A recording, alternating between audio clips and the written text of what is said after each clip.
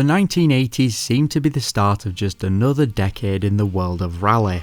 The previous decade had shown the capabilities of rally cars. They didn't just have to be souped up road cars, maybe sometimes they could truly be a supercar. And while technologies had evolved constantly throughout the 70s, it's unlikely that anyone expected what was to come at the start of the 80s. Audi was a manufacturer with no solid rallying heritage. They had experimented with competing with cars like the Audi 80 GLE in the late 70s, but it didn't really leave much of a mark. However, with the legalization of four-wheel drive in 1979, the Audi team thought they didn't have much to lose in terms of rallying prestige, and so set to work developing a four-wheel drive rally car, something most manufacturers believed was too risky and too expensive to attempt. They took the recently introduced Audi Quattro, a car already fitted with four-wheel drive and shared a lot of body parts from the aforementioned Audi 80, therefore development wasn't actually that costly.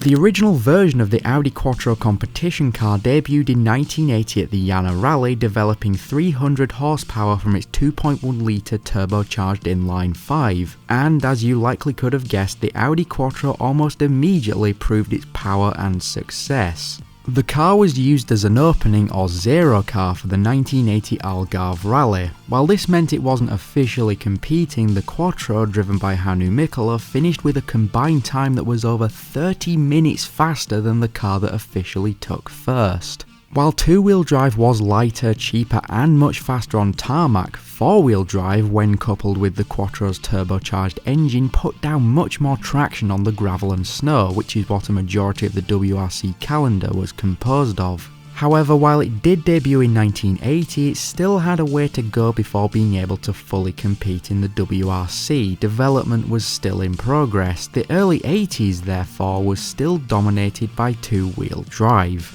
The 1980 WRC was won for a third time by the square but fair Fiat 131R Bar, pushed to its final victory by the drivers' champion, Italian-backed German Walter Röhrl. He was part of a new lineup of drivers that had been showing up throughout the late 70s, including the likes of Attio Bottega, Michel Mouton, Tony Pons, Shekhar Mehta, Ari Vatanen, Juha Kankkunen and Henri Toivonen, to name just a few. As cars were getting faster and stages were becoming more relentless, it was ever more important that these pilots knew both their cars and their own limits and to push as much towards them. The 1981 WRC saw few changes to the calendar, with fleeting appearances in both Argentina and Brazil, which would either be phased out over the next few years or altered to better suit the calendar. 1981 was won by a small British manufacturer called Talbot, racing their Sunbeam Lotus. This rebadged Chrysler Sunbeam, a small hatchback which was co-developed with other British manufacturer Lotus in preparation for the rally, made 250 brake horsepower from its 2.1 litre slant 4 engine. It only won a single rally outright, but its consistent appearances on the podium throughout the season allowed Talbot to take the win by 11 points over Datsun. The driver's title was won by Ari Vatanen in the Escort RS 1800. This season would prove, however, to be the final year of the first stage of the WRC. In 1982, the FIA introduced a completely new rule set. Up until this point, rallying was raced under both Group 2 and Group 4. Then FISA decided to create three new classes for rally cars: Group N, which were unmodified production cars, Group A, which were modified production cars, and Group B, which were modified sports cars. Group N and A allowed cars with 4 seats, which included 2+2 body styles and a minimum of 5,000 units produced each year.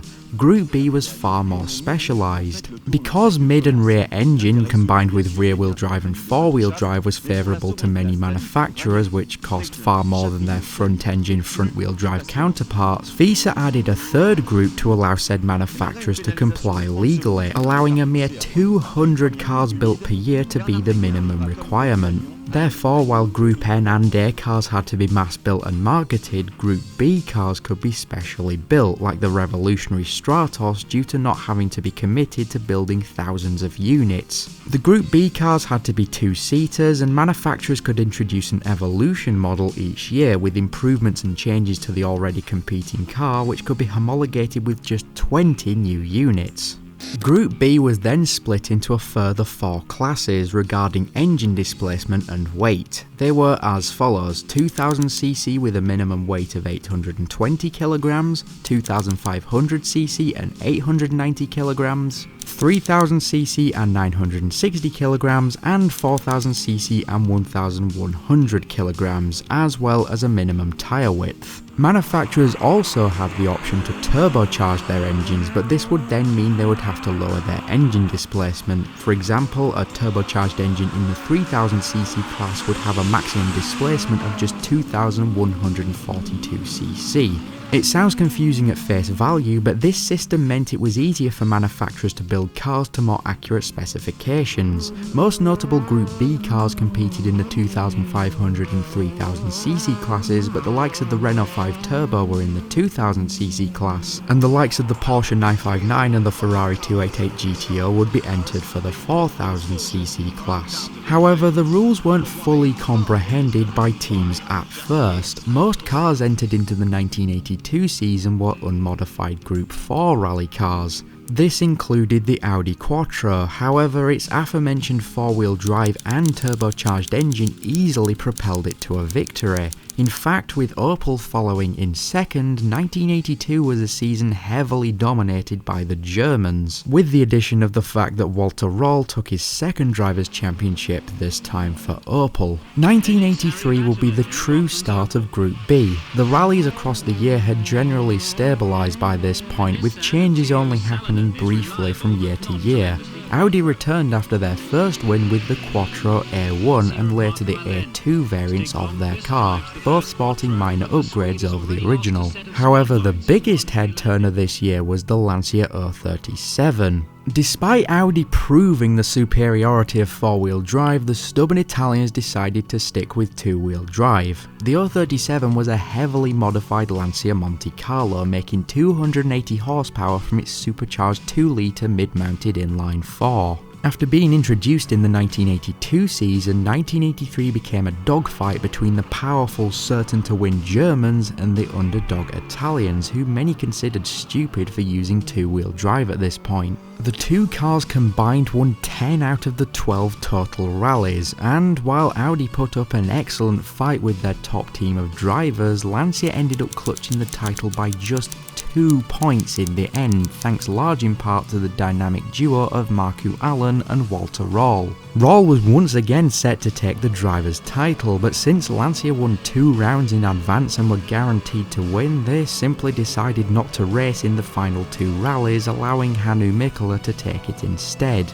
This win from Lancia would be the final ever win by a rear-wheel drive car. 1984 saw things really begin to hot up. While Audi and Lancia were still locked in a head-to-head battle for first, Peugeot appeared as the third competitor with their 205 Turbo 16. While the Lancia was able to take the title from Audi in the previous year, the Peugeot was seen as Audi's first true competitor, with a 1.7 litre inline 4 making 345 brake horsepower, with the T standing for turbo and the 16 referring to the 16 valves. After being introduced partway through the season, it saw 3 separate event victories and immediately personified itself as a threat. Still, it would take some time to get into the groove of things, and so the 1984 season was conquered for a second time by Audi, who by now were racing both the A2 variant and the Sport Quattro, which now made 444 horsepower. Still, it wasn't a runaway win, as Lancia and newcomer Peugeot were able to keep up.